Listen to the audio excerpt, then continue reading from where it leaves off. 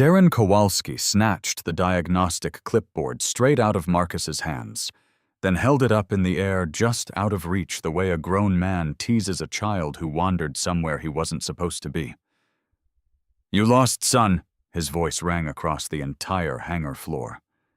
Every wrench stopped turning. Every head turned.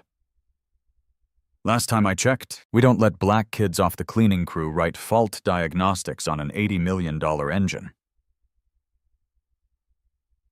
He dropped the clipboard at Marcus's feet without looking at him.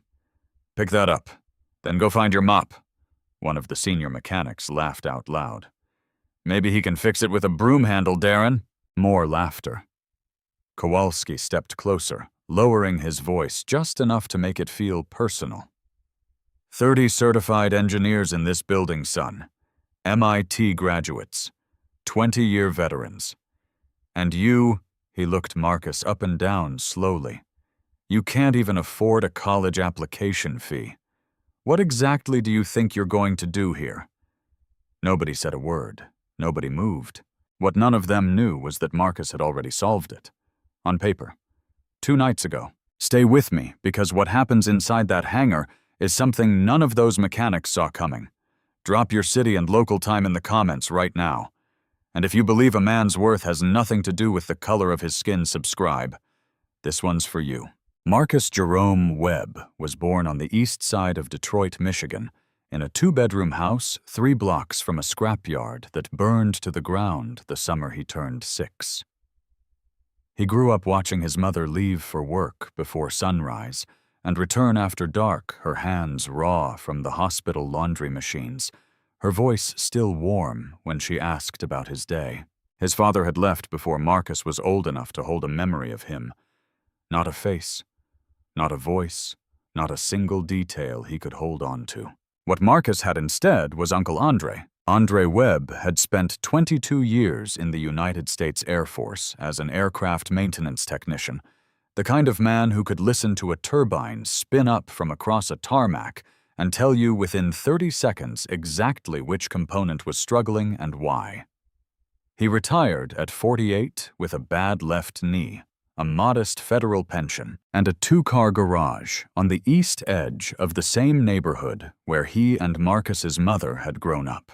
He had traveled across 4 continents in the service of a country that didn't always return the favor, and when his time was done, he came home, bought a house, and stayed. Not because there was nothing else, but because he believed in staying. Marcus was 8 years old the first time Andre put a wrench in his hand. It wasn't a scheduled lesson. Andre had been crouched on the garage floor beside a salvaged motorcycle engine he was rebuilding for a neighbor components, spread across a drop cloth in careful rows, when Marcus wandered in from the backyard still holding a half-eaten popsicle. He said nothing. He crouched down beside his uncle and studied the engine for nearly 2 full minutes without speaking. Then he pointed at a small brass fitting near the carburetor. "That one looks wrong," he said. Andre looked at the fitting, then at his nephew. The boy's eyes were steady and serious, not the eyes of a child guessing. The eyes of someone who had actually seen something. Andre checked the fitting. The kid was right. From that evening forward, the garage became Marcus's classroom, and eventually his first. Andre taught him the way the Air Force had taught him, methodically, patiently, with no tolerance for approximation. Every component had a function. Every function followed a logic. Every failure had a root cause, and that cause could always be found if a person was willing to stop talking and start listening. "Machines don't lie," Andre said once on a long Saturday when Marcus was 12, and they were walking through an aircraft fuel system schematic together. "They tell you exactly what's wrong. Most people just aren't quiet enough to hear it." Marcus heard it. By the time he was 14, he had correctly diagnosed 3 neighborhood vehicles that adult mechanics had already given up on. By 16, he was rebuilding transmissions in the driveway for $60 a job, saving every bill in a coffee tin under his bed. By 17, he had worked through every technical manual on Andre's shelf Air Force Aircraft Maintenance Handbooks, FAA, Turbine Engine Overhaul Guides, Boeing Systems Troubleshooting Documents, Pratt & Whitney Diagnostic Manuals. He did not skim them. He memorized them the way other boys memorized song lyrics or sports statistics. The problem was never knowledge. The problem was paper. In the year after he graduated high school, Marcus applied to 3 aerospace technical certification programs. All 3 rejected him, not for his aptitude scores, which were exceptional, but for lack of verified flight hour documentation, absence of a faculty recommendation from a recognized program, and in one case for failing to meet a minimum prior enrollment requirement. He applied for federal student loans. Without a co-signer, every application was denied. He contacted 4 scholarship foundations. 2 never responded. 1 awarded a partial grant covering 11% of a single semester's tuition.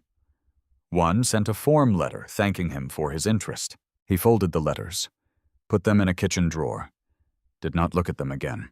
What he did instead was apply for every aerospace-adjacent position he could find within a reasonable drive of Detroit.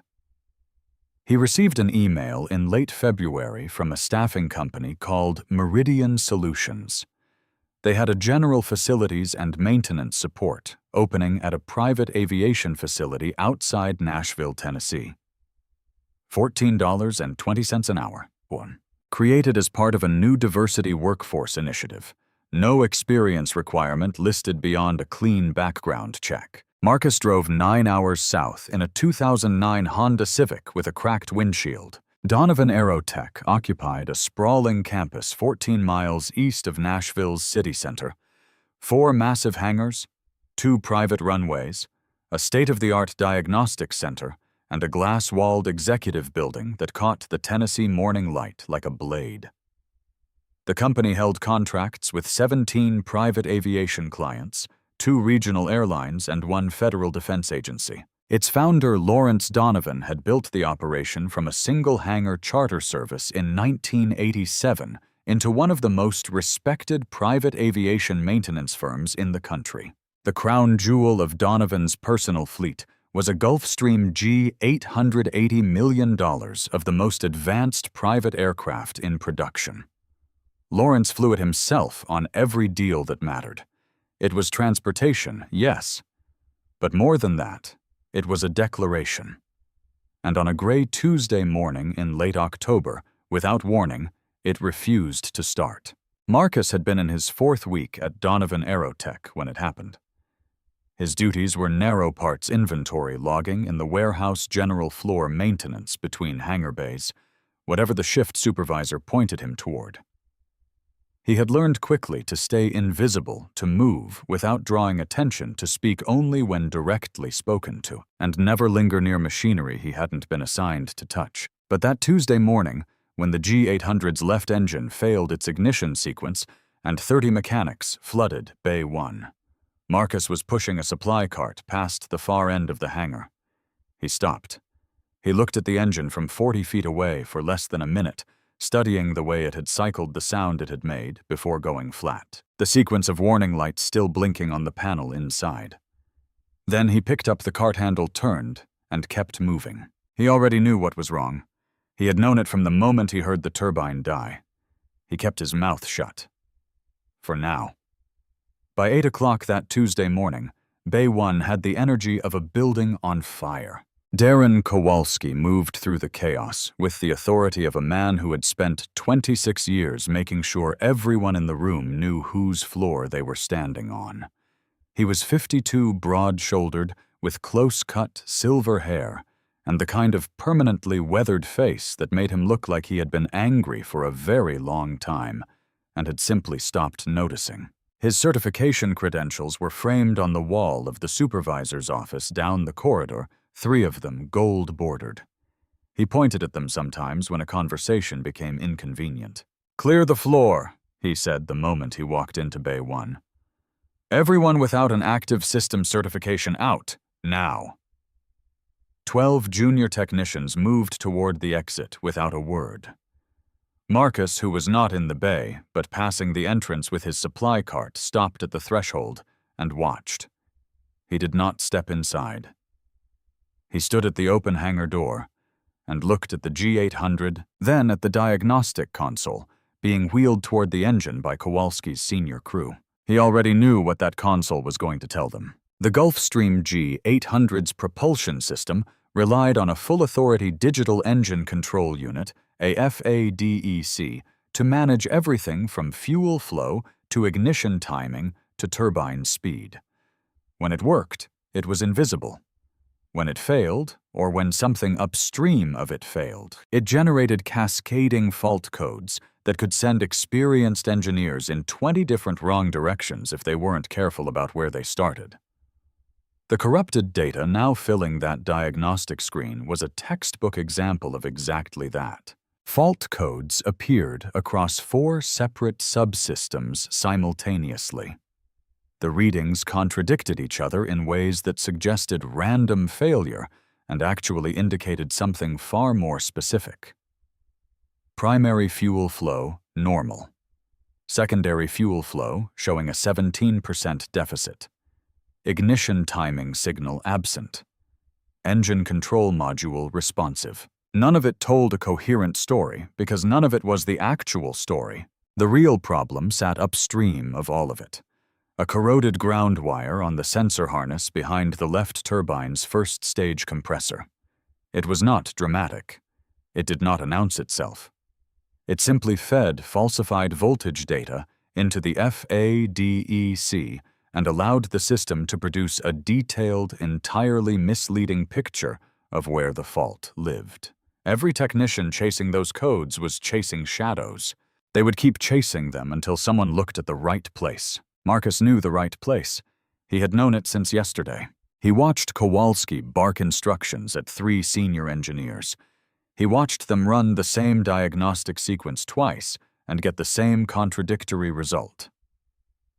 He watched a veteran technician named Patterson, 11 years at Donovan Aerotech, crouch in front of the engine bay with a handheld scanner and emerge shaking his head. He watched the external contractor from Atlanta, a firm called Precision Avionics, flown in specifically for this job at $22,000 per day, set up their independent equipment, and reach the same dead end within 90 minutes. He stood at the hangar door and said nothing. At 10:15, he found Tyler Baines restocking shelves near the parts counter in the adjacent warehouse.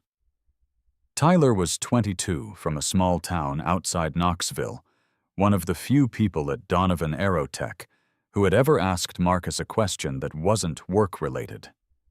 They weren't close, but Tyler was decent, and in Marcus's experience, decent was worth more than most people gave it credit for. "It's the ground wire on the sensor harness," Marcus said, keeping his voice even. "Behind the first stage compressor on the left engine. The FADEC is reading phantom faults because the harness is feeding it corrupted signal. None of those codes on the screen are real." Tyler set down the box he was holding. "How do you know that?" "The way the engine cycled before it cut out. The specific pattern of the fault codes. The sequence they appeared in." Tyler was quiet for a moment. Then, "Marcus." He lowered his voice. "Don't do this. Don't do what. Don't go in there and say that out loud. Not to Kowalski. Not to anyone near Kowalski." He glanced toward the bay entrance. "I've watched that man dismantle people for getting the answer right at the wrong time. Just let it go." Marcus looked at the bay entrance for a long moment. "I'm not going to say it to Kowalski." He walked across the floor and found Greg Tanner, a senior avionics technician who had always seemed from a distance slightly less invested in the room's politics than most. Marcus kept his voice calm and his language exact. He described the fault in 3 sentences: the location, the mechanism, the likely repair path. Tanner stared at him. Something passed across his face, not curiosity. Something more guarded than that. He looked at Marcus the way a man looks at a complication he doesn't want. Then he turned his head and called Kowalski's name across the hangar floor. What followed lasted less than 2 minutes. Kowalski walked over without hurry, listening to Tanner's second-hand account of what the warehouse temp had just proposed. He didn't look at Marcus while Tanner spoke. When Tanner finished, Kowalski turned and looked Marcus over slowly, the same long, deliberate inventory that dismissed everything before it was finished. Then the clipboard came out of Marcus's hands. Then came the words that carried across the entire floor. From the mezzanine above Bay 1, Lawrence Donovan stood with a coffee cup in his hand. He watched Kowalski's performance without expression. He watched the laughter move through the floor like a slow current. He watched Marcus pick up the clipboard, set it carefully on a nearby cart, and walk away without looking back. He watched a 19-year-old kid absorb a public humiliation in front of 30 people and refuse to let it show in his body or his face. Lawrence Donovan set his coffee cup on the railing. He turned and walked back into the executive corridor. He said nothing. That evening, Marcus sat alone in his Civic in the far corner of the employee parking lot. The hangar lights were still burning behind him.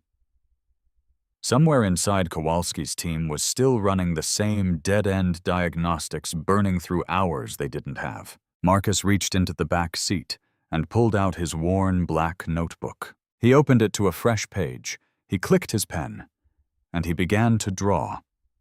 The second day arrived without mercy. At 7 in the morning, Lawrence Donovan walked into Bay 1 in a charcoal suit and no tie, and every senior employee who had been at Donovan Aerotech longer than 6 months understood immediately what that meant. Lawrence in a tie meant meetings.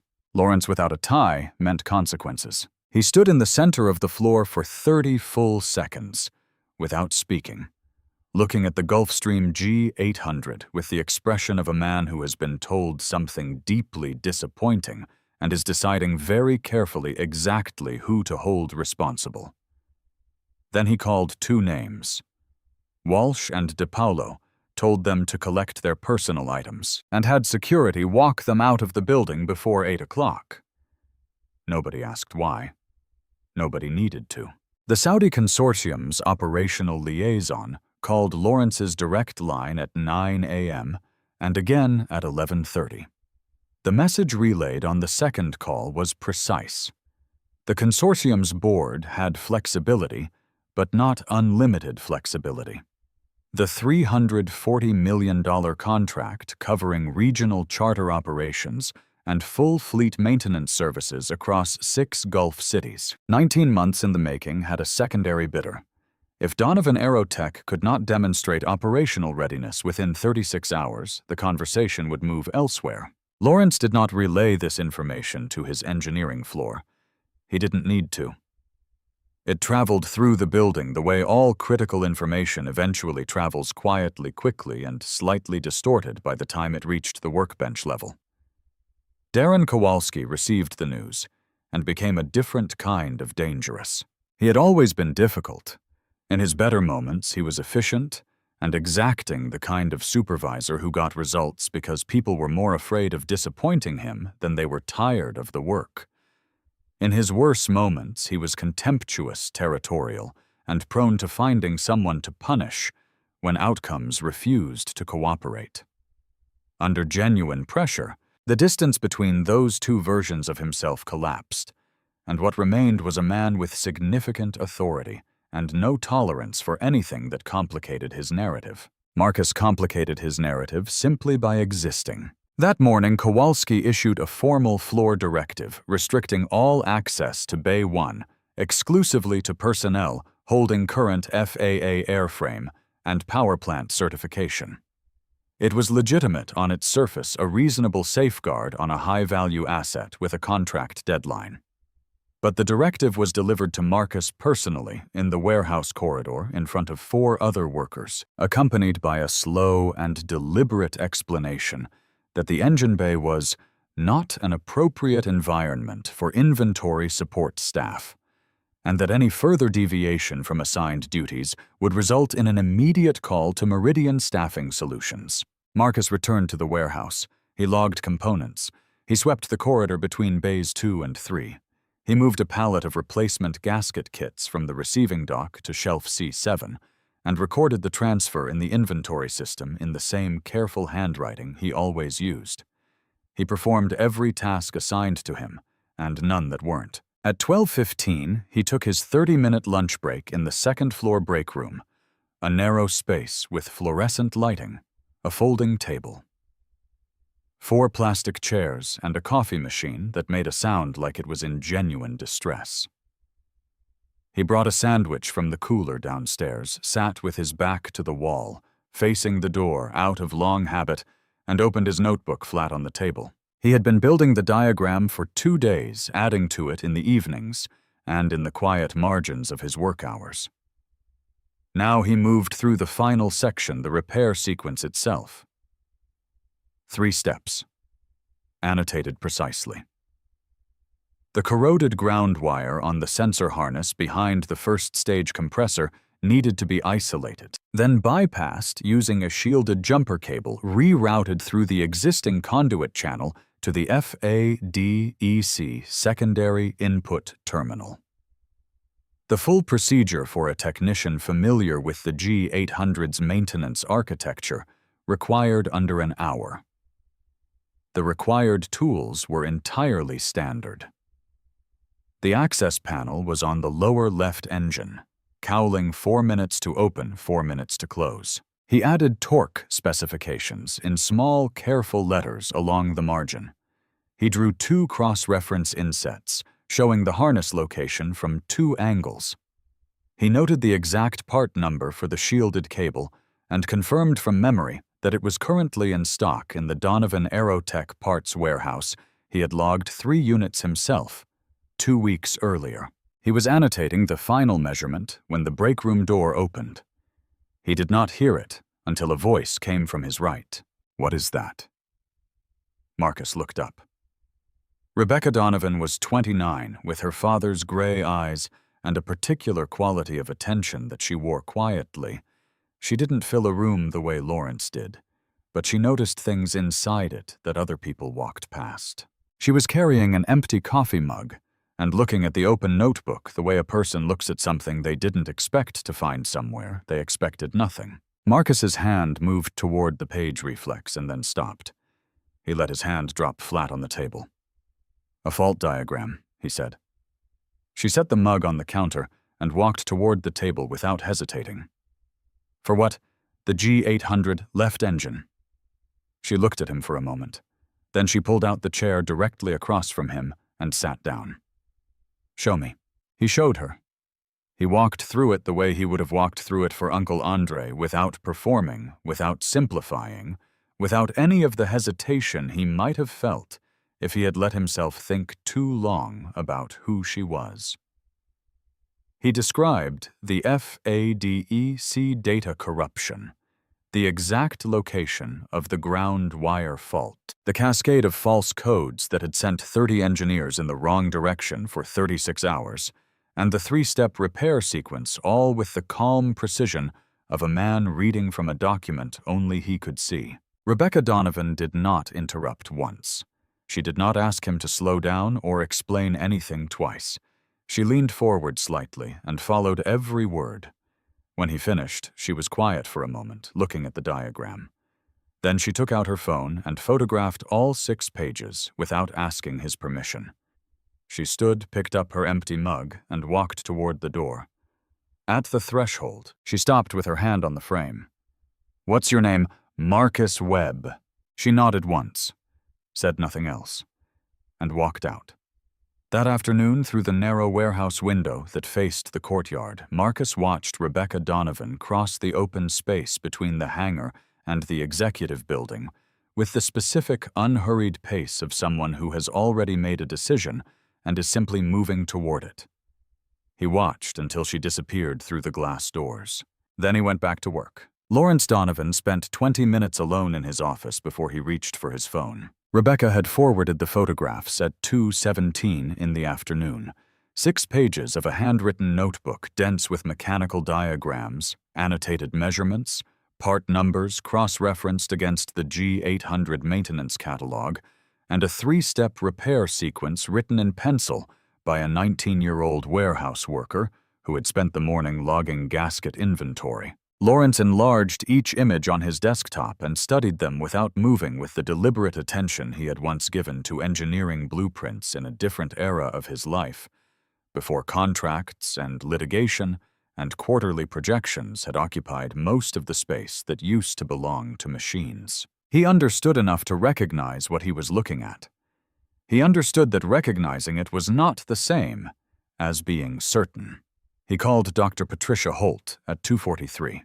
Patricia Holt had given 38 years to Boeing 15 as a senior systems engineer on commercial turbofan programs the last decade, as a director whose unofficial title in the industry was the person you contacted when everything else had already failed. She was 64, retired outside Charlotte, consulting for a short and carefully managed list of clients.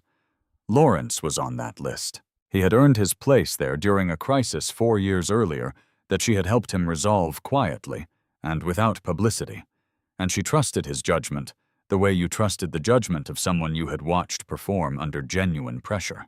She received the forwarded photographs, reviewed them without comment, and called back in exactly 11 minutes. Lawrence, her voice was measured and direct. This diagnosis is correct. Whoever drew this understood the fault, precisely the ground wire location, the FADEC corruption mechanism, the complete cascade logic, and the reason why every standard diagnostic reading is misleading. The repair sequence is technically sound. Correct tooling, correct component specifications, correct access procedure. A pause. I wouldn't change a single step. How long for the repair from an experienced hand? Under an hour. Another pause. Lawrence, who drew this, he told her. All of it. The temp worker, the warehouse, the mop cart, Kowalski's clipboard. The silence on the other end stretched long enough that Lawrence checked the signal. How old? She said finally. 19. Give him access, she said. Tomorrow morning. First light. Lawrence ended the call and sat with both palms flat on his desk. He did not move for a moment. Then he asked his assistant to find Rebecca and the employee named Marcus Webb and bring them both to the 4th floor. They were already in the corridor, Rebecca slightly ahead, Marcus 2 quiet steps behind her, when Darren Kowalski appeared at the hallway's far end. He had heard. Kowalski had spent 26 years building the internal network that made information travel toward him reliably, and what had reached him in the last half hour had pulled him out of Bay 1 and up the east stairwell faster than he had moved all week. He was standing in the center of the corridor with his arms at his sides, and his expression composed in the particular way of a man preparing to be very reasonable about something he found completely intolerable. Lawrence. His voice was controlled. 1 minute. Lawrence slowed but did not stop. 30 seconds. Kowalski did not look at Rebecca. He did not look at Marcus. He looked only at Lawrence, and when he spoke, he kept his voice low and measured the voice of professional responsibility, of institutional concern, of a man protecting something important from something reckless. You are about to give unsupervised engine access to a black 19-year-old temp worker with no active FAA certification, no institutional liability coverage, and no verifiable training credentials. He held Lawrence's gaze steadily. When he damages that engine, and Lawrence, he will damage it, we will have nothing on record to justify allowing it. The consortium walks. The underwriter disputes the claim.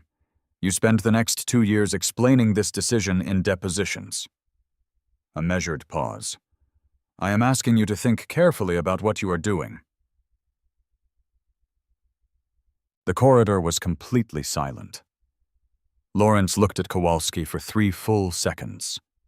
He did not raise his voice. He did not alter his expression by any visible degree. Get out of my hallway, Darren. Kowalski held the gaze. Then he stepped aside. In the fourth-floor boardroom, Lawrence sat at the head of the table with Rebecca to his right. Marcus sat directly across from them. Dr. Holt's face was centered on the laptop at the table's end, reading glasses pushed up on her forehead, her expression attentive and still. Lawrence set the photographs on the table between them. "Walk us through it," he said. "From the beginning." Marcus walked through it. He did not rush. He did not qualify his certainty or soften his precision. He identified the ground wire by spatial coordinates within the engine cavity and by part designation number. He described the false fault cascade in sequential order, explaining why each diagnostic reading was misleading and what physical condition it was actually reflecting. He laid out the repair sequence with full component specifications and tooling requirements. Dr. Holt asked 4 questions targeted technical, designed to find the ceiling of someone's knowledge quickly. Marcus answered all 4 without hesitation, without approximation, without looking at the notebook. The boardroom was quiet when he finished. "Patricia," Lawrence said, "anything in that explanation you'd dispute?" "Nothing," she said clearly. "Not one thing." Lawrence stood. He looked at Marcus. 6 o'clock tomorrow morning. Bay 1. Full access." A brief pause. "Don't be late." Marcus stood. "Yes, sir." He took the elevator down alone and walked through the lobby into the cool evening air. He sat in his car in the far corner of the parking lot for a long time, without starting it, watching the hangar lights burn steadily behind the tree line. He took out his phone and called the VA care facility in Detroit. The line rang 4 times. Andre answered on the 5th. "Uncle Dre." Marcus kept his voice level, but it cost him something real. "They're giving me access. 6 in the morning." The silence that followed was long and full of everything that had never needed to be said between them. "I know, baby," Andre said finally. His voice was thin and warm and entirely without doubt. "I have always known." Marcus held the phone until the line went quiet. Then he started the car and drove home through the dark, and if something broke loose in him somewhere on the interstate, there was no one there to see it. He was dressed and standing at his front door 40 minutes before his alarm went off. Marcus arrived at Bay 1 at 6:02 in the morning. He had badged in at 5:58 and taken the long route through the facility deliberately, through the parts inventory, room down the east maintenance corridor, through the double fire doors that opened into the back of the hangar complex. He had wanted a few minutes alone with the building before the day began. He did not get them. The entire senior maintenance crew was already assembled when he pushed open the bay door.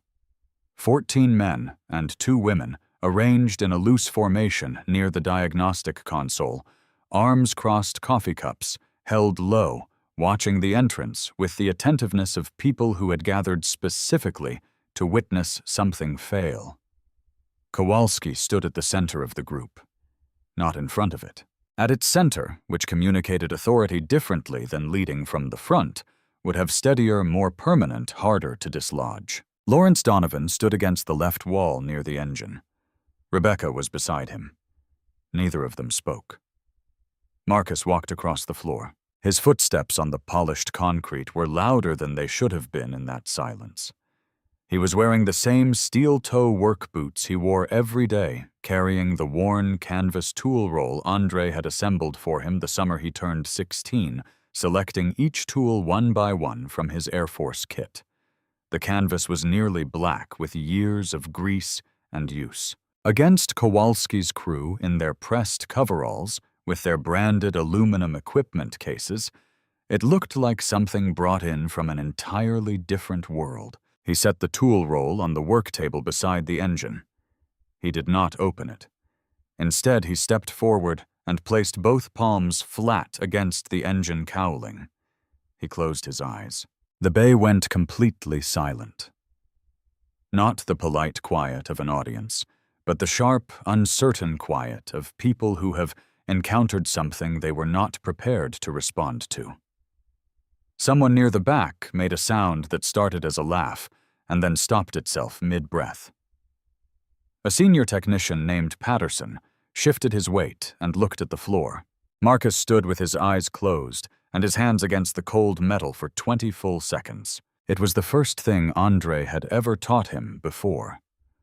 Tooling before diagnostics, before any of the formal language of machines. Before you touch anything with instruments, touch it with your hands. Feel the temperature differential across the casing surface. Listen for vibration or the significant absence of it. Ask the machine what it is holding. Data tells you what the sensors report. Your hands tell you what the sensors sometimes cannot reach. He had done it so many times that it had long since stopped being a technique. It was simply the way he began. He opened his eyes. He reached for his tool roll. His movements were unhurried, operating inside a logic that required no audience. He removed the lower left cowling access panel in 4 minutes, the exact time he had estimated in his notebook calculated from the bolt pattern and panel resistance against a standard removal sequence before he had ever stood in this bay. He set each bolt on the work table in the precise order he removed them. He positioned his flashlight before leaning in so his own body would not create shadow across the work area.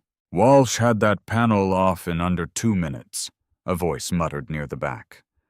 Quiet, but not quiet enough. Tyler Baines from somewhere to the left. Walsh also couldn't find the fault in 36 hours. Nobody answered. Marcus reached into the access cavity with 2 fingers and moved along the harness bundle with the focused efficiency of someone navigating familiar space. His fingers found the ground wire in under 30 seconds. The corrosion was exactly as his diagram had specified. Granular brittle, the insulation deteriorating at the contact point, the wire beneath oxidized a deep reddish brown. He exhaled once quietly. Then, from ingrained habit, he continued moving his fingers further along the harness. Andre's instruction practiced so many times it no longer required conscious recall. Once you find the primary fault, check your neighbors. Faults do not travel alone. His fingers found the first connector. He paused. He ran his fingertip across the locking tab twice to confirm what he was feeling. Disconnected. Not corroded loose, not vibrated free. The tab was released cleanly, the kind of release that required deliberate thumb pressure applied at a specific angle. The kind of angle you would only know if you had worked with this exact connector model before and understood precisely how it was designed to disengage.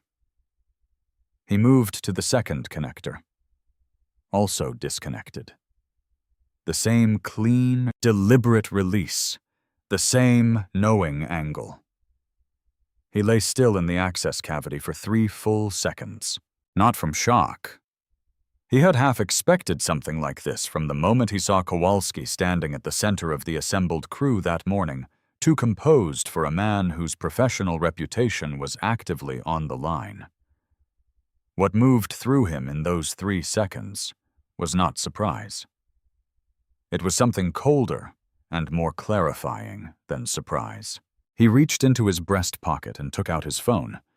He photographed both connectors in their original positions, the disengaged tabs clearly visible, the surrounding harness providing context. 4 photographs, 2 angles. He put the phone back in his pocket. He reconnected both connectors with firm, even pressure until each locking tab clicked audibly into place. He installed the ground wire jumper cable, routing it through the conduit channel exactly as his diagram specified. He checked every adjacent connection within reach. He withdrew from the cavity, replaced the cowling panel, replaced each bolt in reverse order, torquing by feel. He stood up, looked at the ignition operator near the console. "Startup sequence," he said. The turbine turned over. It caught, then built through the first stage and into the second, and 4 seconds in it, coughed once. A single deep mechanical hesitation that dropped the RPM and held it suspended there. The room tensed in the collective instinctive way of people who have been waiting for precisely this moment. Then the engine went silent. The laughter arrived the way it had been held in reserve, low, spreading, carrying the satisfied certainty of people whose prediction had come true. Someone at the back uncrossed their arms and reached for their coffee. Kowalski exhaled audibly through his nose. "Well," he said. Marcus had already turned back to the engine. He reached one more time into the open access panel. His hand moved directly to the component he had noted during his final sweep, a secondary relay connector partially unseated, a detail small enough to miss, deliberate enough to matter. He pressed it home, felt the click. He stepped back, looked at the operator. "Again," he said. The engine roared, not a tentative catch. Not the reluctant, labored ignition of a machine being coaxed back from failure, one uncertain stage at a time. A full, clean, thunderous startup, the kind of sound that travels through concrete and steel and into the chest before the brain has registered what it is hearing. The turbine cycled through every stage of the startup sequence without hesitation. Each transition smoothed the power building in the controlled, purposeful way that a healthy engine builds, accelerating through defined parameters toward full operational speed with the unmistakable authority of something working exactly as it was designed to work. The diagnostic console lit green from top to bottom. Every board, every indicator. The sound filled Bay 1 completely. It vibrated the long metal shelving along the far wall. It rattled the observation windows on the mezzanine above. It moved through the assembled crew the way a wave moves through still water, not merely sound, but implication. What the sound meant. What it meant about every hour of the last 36. What it meant about the 19-year-old currently standing beside the engine with a worn canvas tool roll and grease to both elbows. Nobody moved.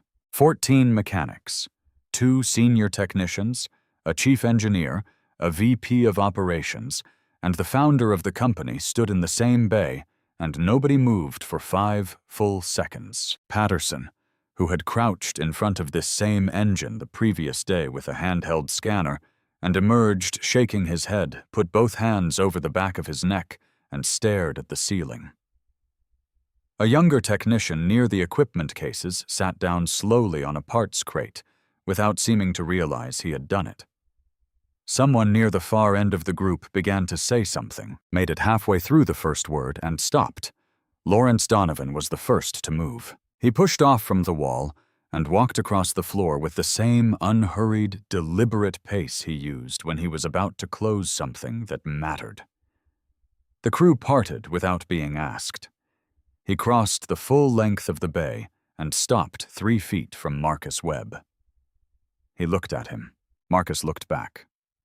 He understood with a clarity that had nothing to do with analysis that this was one of those moments the kind a person carries for the rest of their life. Not because of what had been accomplished in a mechanical sense, but because of where it had happened and who was watching when it did, and what it had required to stand in this room and not leave. "Well done," Lawrence said quietly. Kowalski was moving before the last word was finished. He stepped forward from the edge of the group with the composed momentum of a senior professional providing necessary context to a developing situation. "Lawrence, I want to be precise. The diagnostic groundwork my team conducted over the preceding 36 hours was directly instrumental in isolating the contributing factors that allowed this repair to proceed. And I think it's important that we accurately characterize Mr. Donovan. Not loud, not sharp. Simply clear and timed at exactly the right point to pass through the room without resistance. Everyone turned. Marcus was holding his phone. "Before anyone else touches this engine," he said, "I need you to see something." He stepped forward and extended the phone toward Lawrence. On the screen were 4 photographs taken inside the access cavity 45 minutes earlier, before a single repair had been made. 2 connectors documented in their original positions. Locking tabs disengaged. Not corroded, not vibrated free. manually disconnected, in the specific way that required deliberate thumb pressure applied at a precise and knowing angle, the angle of someone who had handled this connector before and understood exactly how it came apart. Lawrence took the phone. He looked at the first photograph. He enlarged it with 2 fingers and studied it. He looked at the second photograph, then the third, then the fourth. He held the phone without speaking for a long time, and his face during that time was very still. Rebecca stepped forward from the wall. She looked over her father's shoulder at the screen. The color left her face in a way that was visible even under the harsh fluorescent lighting of the bay, a slow, comprehensive draining that left something harder underneath. Lawrence handed the phone to Rebecca without speaking. He turned and looked at the engine, at the resecured cowling panel, at the specific access point, where those connectors had been documented disconnected before Marcus laid a single tool on anything. He stood there for a moment. Then he turned and looked at the assembled crew. He took his time. He looked at the faces, all of them one by one, with the patient assessing attention of a man who has just recalculated something fundamental. His voice, when it came, was very quiet. Who had unsupervised access to this engine between 10 o'clock last night and 6 o'clock this morning? The bay was absolutely still. Not the uncertain quiet of people waiting for information. The specific weighted stillness of people who already sense that the question has an answer, and that the answer is standing somewhere in this room with them. Several mechanics looked at each other. 2 looked at the floor. 3 looked at Kowalski. Kowalski held Lawrence's gaze with the practiced steadiness of a man who had held difficult gazes before and understood that composure was the last asset he had left. His hands were at his sides. His jaw was set. But there was something changed in the quality of his stillness, now something small and involuntary behind his eyes that had not been visible at any point that morning. The particular awareness of a man who has spent years constructing something and has just heard the first sound of it beginning to come apart. "Pull the security footage," Lawrence said to Rebecca. His voice did not rise. It was completely deliberately level. "Every camera covering this bay, 10 p.m. through 6 a.m. Rebecca was already on her phone. She typed, waited, looked at the screen, and her expression shifted in a way that answered the question before she spoke. "One person entered this bay at 11:47 last night," she said. She looked at Kowalski once, a single brief look that contained everything, then back to her father. "He was here for 19 minutes. No log entry. His master clearance level bypassed the standard badge record." The bay was completely silent. Marcus stood beside the engine he had just brought back to life. He was still holding his tool roll. He was still covered in grease from the access cavity. He had been at Donovan Aerotech for 4 weeks, and in this bay for less than 2 hours. And in the last 3 minutes, the room had shifted entirely on its axis.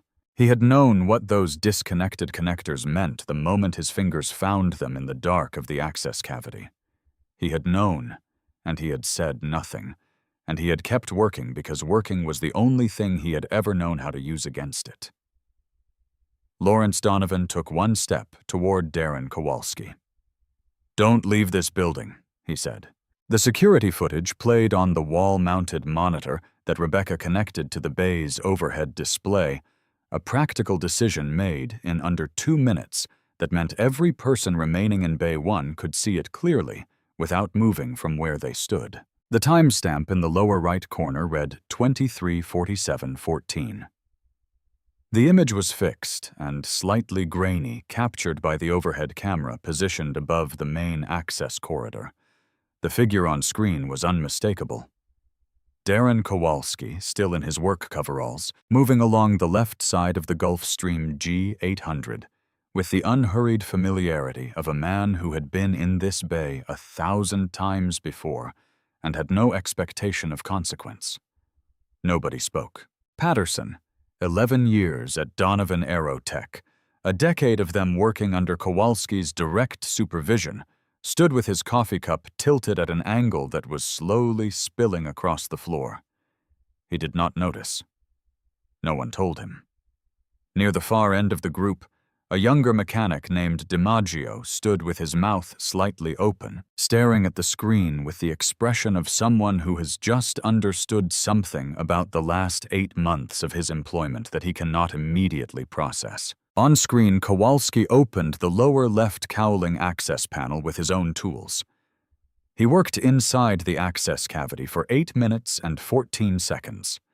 He closed the panel, replaced 2 of the 4 bolts. Not all 4, just 2 precisely enough to make the panel appear undisturbed, and walked out of the bay at 000646. The footage stopped. The monitor returned to a static holding image. The residual hum of the now running engine was the only sound in the room. Lawrence looked at Rebecca. "Get Patricia Holt on a call." Within 4 minutes, Holt's face was on the laptop Rebecca had positioned on the work table. Lawrence held Marcus's photographs up to the camera, the disconnected connectors in their original documented position, the clean release of the locking tabs, the surrounding harness visible for context. He held the phone steady and said nothing while she looked. "Those disconnections are not accidental," Holt said. "No drama, just the flat, precise certainty of someone who had spent 38 years distinguishing between the two. This is deliberate. Whoever made them knew exactly what they were disconnecting and what effect it would produce in the startup sequence." Kowalski stepped forward. His voice had changed. The professional composure was present, but working now against something beneath it, like a structure calculating how much additional load it could still bear. "I conducted a supplementary relay review last night, a precautionary inspection within my full supervisory authority. Those connectors were photographed in their disconnected state by Mr. Webb this morning," Lawrence said. "Before he made a single repair, he documented them in position before he touched a tool." He looked at Kowalski without raising his voice. "Your precautionary inspection disconnected 2 sensor connectors and resecured an access panel with 2 bolts instead of 4, a pause that carried its full weight. That is sabotage, Darren." The word dropped into the room like something falling from height. 2 mechanics stepped back involuntarily. One turned his face toward the wall. Kowalski said nothing. "Dad." Rebecca's voice was careful. She had been working on her laptop throughout the exchange, and now she turned the screen toward Lawrence. It showed the Donovan Aerotech internal maintenance log system and a query flag filed 3 weeks and 2 days earlier by a warehouse inventory support employee. 3 sentences. A noted discrepancy between logged maintenance hours billed against the G800's scheduled sensor array service and the actual parts consumption recorded in the warehouse inventory during the same period. Filed. Categorized as low-priority administrative. Never escalated. Never reviewed. The employee number belonged to Marcus Webb. Marcus had spent 20 minutes writing those 3 sentences. He had chosen each word carefully, the way a person writes when they understand that anything submitted quietly can be dismissed just as quietly. He had filed the flag returned to his inventory station and said nothing to anyone, because 3 weeks ago there had been no reason to believe it would reach anyone positioned to act on it. What he had not anticipated, and what no amount of institutional knowledge could have prepared Kowalski to account for, was that the person most likely to notice the gap between what was billed and what was physically consumed would be the person with the most direct daily contact with the inventory itself.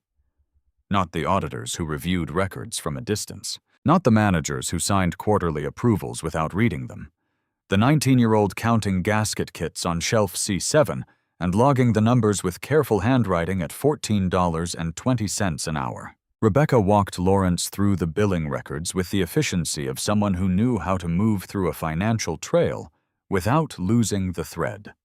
Over 4 years, Kowalski had approved and signed documentation for $2.3 million in maintenance billing scheduled sensor array, servicing ground wire inspection cycles, relay recertification work across 4 Donovan fleet aircraft. The billing existed, the documentation existed, the work did not. The neglected maintenance had allowed the ground wire corrosion to develop through 4 unchecked service cycles. The FADEC data corruption was not random system aging. It was the direct predictable result of a maintenance program that had existed only on paper. If the engine had failed in flight, and without intervention, it would have the incident report, would have cited operational stress and component age. No audit trail, no falsified records surfaced. Kowalski would have retired in 4 years with everything intact. FAA agents arrived at 9:47. 2 of them plainclothes professional. They reviewed the footage. They reviewed Rebecca's documentation. They spoke briefly with Lawrence. Darren Kowalski was escorted from the building at 10:15. He walked past the full crew. Past Tyler Baines. Standing against the wall, Tyler watched him go, with his hands in his pockets and his face completely still, his eyes following Kowalski all the way to the door, with the expression of a man recalculating a large number of things at once. Past the work table where Marcus's worn canvas tool roll sat beside the engine, he had tried to keep grounded. He did not look at Marcus. Marcus watched the engine. Lawrence dismissed the crew at 10:30. He waited until the last footsteps had faded down the corridor and the bay was empty and quiet. Then he looked at the young man still standing beside his machine. "Stay," he said. One word. Marcus stayed.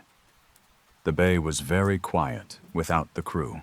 The engine had been powered down after the FAA agents finished their preliminary assessment, and now Bay 1 held only the ambient sounds of a large empty building, the distant hum of the ventilation system, the occasional mechanical settle of steel in the afternoon heat, the faint reverberation of the city beyond the walls. Lawrence Donovan stood on one side of the work table. Marcus Webb stood on the other.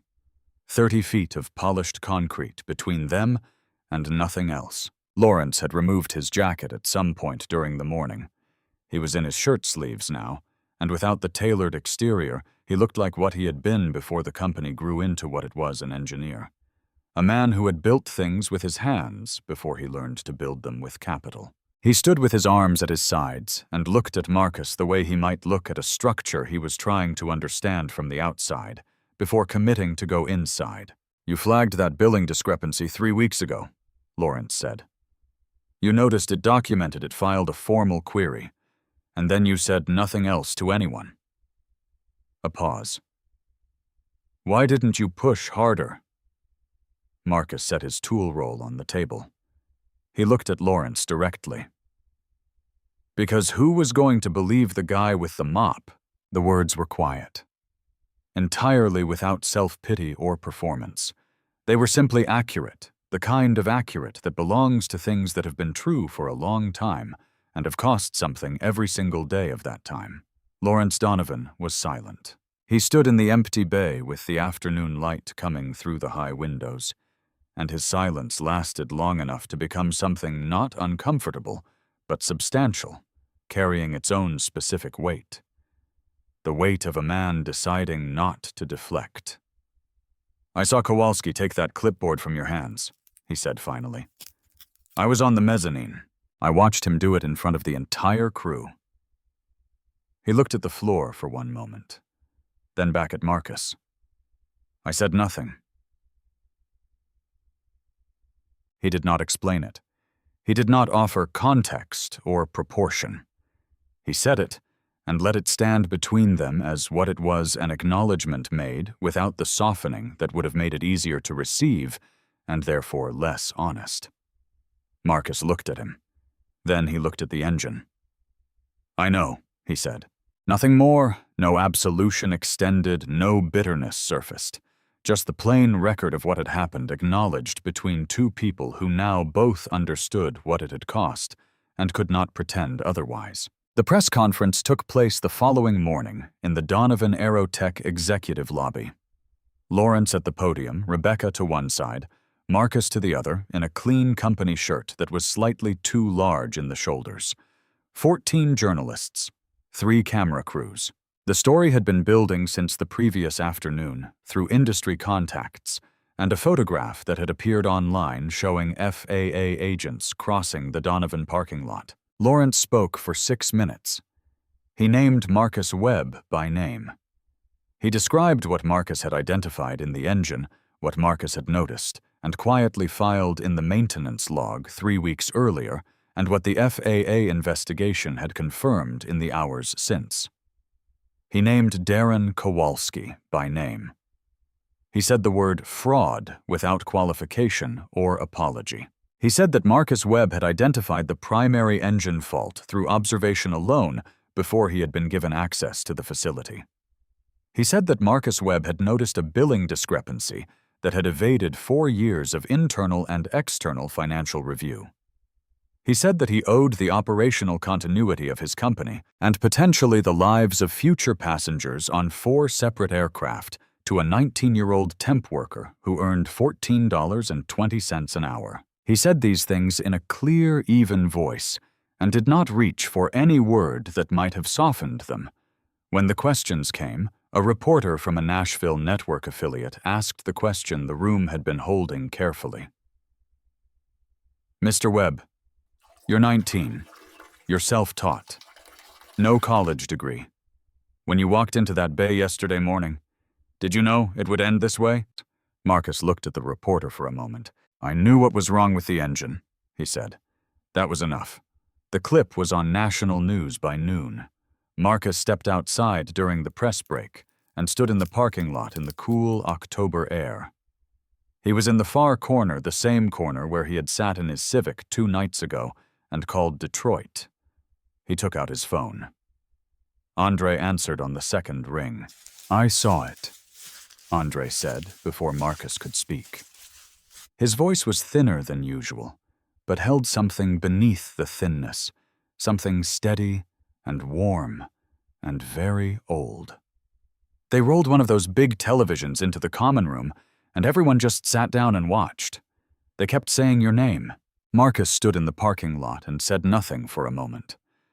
The sky above the hangar roofline was the specific clean blue that belongs to October mornings, the kind of blue that makes the air feel newly arrived. You taught me everything, Marcus said. No. Andre's voice was quiet and certain. I gave you the tools, baby. Everything else was already yours. It was always already yours. I just needed someone else to finally stand still long enough to see it. Marcus held the phone until the line was quiet. Then he stood in the parking lot a while longer, not thinking about anything in particular, just standing in an afternoon that felt in some fundamental and difficult-to-name way different from every afternoon that had preceded it. He had thought in some unexamined corner of himself that arrival, if it ever came, would feel more seismic than this. More like something you could point to and say, here, right here, this is where everything changed. But it didn't feel like that. It felt like relief. It felt like setting down something you had carried for so long that you had forgotten the original shape of your own hands without it. Rebecca appeared at the lobby door. She gave him a brief, direct look. There were things still to be done. There always were. The next morning, Marcus arrived at his usual time, walked through the warehouse, and found his station. On the workbench, centered exactly, was a sealed white envelope with nothing written on the outside. He picked it up. He turned it over once in his hands. Then he opened it. The envelope contained 2 things. The first was a formal offer letter on Donovan Aerotech letterhead, Junior Aerospace Systems Analyst, full-time effective, the following Monday. The salary was listed on the second line of the compensation section. Marcus read the number twice. He had never seen a figure like that attached to his own name before. He read it a third time, not because he doubted it, but because some things need to be read more than once before they stop feeling like something found by accident. The second item was a single-page summary from Tennessee State University's Department of Aerospace Engineering. A full tuition sponsorship renewable annually for the part-time degree program, starting the following semester. Classes on Tuesdays and Thursdays structured for working professionals. At the bottom, a name, a department chair, who had apparently already been contacted and had written 3 words in pen across the bottom of the page, looking forward to it. Marcus folded both documents and placed them back in the envelope. He sat on the warehouse bench in the early morning silence of the facility, with the hum of the building around him and the envelope on his knee, and he thought about Andre, about the garage on the east side of Detroit, about a salvaged motorcycle engine spread across a drop cloth on a concrete floor, and a child crouching down uninvited beside his uncle and pointing at a small brass fitting and saying that one looks wrong and being right. About everything that had grown slowly and without ceremony from that single moment of being correct about something no one expected him to understand. He thought about the drawer full of rejection letters, about the 9-hour drive in the Civic with the cracked windshield, about the mop cart and the parts inventory, and the 3 careful sentences he had filed in a database that no one read. Then he drove to Detroit. The VA care facility sat on a quiet street in the northeast section of the city, 3 miles from the house where Marcus had grown up. Andre's room was on the 2nd floor, west-facing, with an afternoon window that let in enough light to read by. Above the bed, on a small shelf, was a framed photograph Andre at 22, standing in his Air Force uniform in front of an aircraft on a tarmac somewhere. Marcus had never been certain of himself, in the way that only youth and genuine competence together can make a person certain. Marcus pulled a chair to the bedside. He set the envelope flat on the blanket near Andre's hand. Andre looked at it, then at Marcus. Then he picked it up and unfolded the documents with the slow, deliberate care of hands that had not forgotten precision, only pace. He read the offer letter. He read the university summary. He set both documents carefully on the blanket and placed one palm flat over them.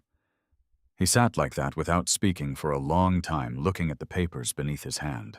When he spoke, his voice was quiet and unhurried, and without the slightest tremor of uncertainty. "Your father would have driven here the same day," he said. "He would have sat in that exact chair, and he would not have been able to say a single word either. He would have just sat there looking at you, the same way I am right now." Marcus looked at the photograph above the bed, the young man standing in front of the aircraft. All the years that photograph had witnessed. "I know," Marcus said. The Gulfstream G-800 flew to Washington the following week, carrying Lawrence Donovan and 3 members of his executive team to the contract closing meeting. The $340 million agreement with the Saudi consortium was signed on a Thursday afternoon. Lawrence texted Rebecca from the plane on the return flight. She forwarded the message to Marcus without comment. It said only, "It flew clean the whole way." Federal prosecutors filed charges against Darren Kowalski 11 weeks after his arrest. 11 counts of aviation maintenance fraud under federal statute. 1 count of evidence tampering, 1 count of obstruction.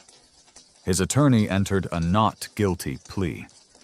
The 3 additional aircraft carrying the same neglected sensor array maintenance were grounded, inspected, and cleared for return to service over the following 6 weeks. No passengers had ever been aboard any of them during the period of compromised maintenance.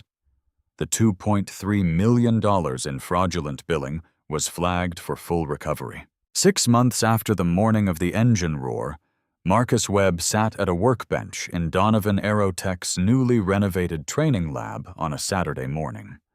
There were 14 children around him, ages 13 through 17, from 3 different Nashville zip codes brought in through a program Marcus had proposed to Rebecca in a single email, and that she had approved within 24 hours. The program had no official name yet. Marcus referred to it as Saturdays. That seemed sufficient. They were working through basic turbine fuel systems. Most of the students had never held a torque wrench before that morning. A girl named Jasmine, 14, from South Nashville, who had shown up the first Saturday, carrying a notebook already full of engine diagrams she had taught herself to draw from online videos, looked up from her workbench. "How do you know where to start?" she asked. "When you look at something and everything seems wrong at the same time, how do you know where the real problem actually is?" Marcus looked at her for a moment, this girl with her notebook and her self-taught diagrams and her 14 years of not being seen by the systems that were supposed to see her. He felt something move through him that was difficult to name. Something that had to do with recognition. Something that had to do with continuity, the way knowledge, when it is truly held, does not end with this person who holds it. "You stop guessing," he said, "and you start listening." Jasmine wrote it down in her notebook in the same careful way she wrote everything she intended to keep. That evening, after the students had gone, and the lab was quiet, Marcus walked alone into Bay 1. The Gulf Stream sat in its usual position, polished and still and enormously capable. He walked across the full length of the floor to it.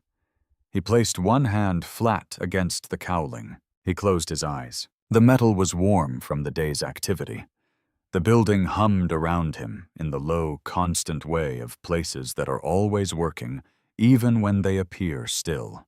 Somewhere outside Nashville moved through its evening the way cities always move, fast and indifferent, and full of people carrying things no one else could see. He stood there for a long time.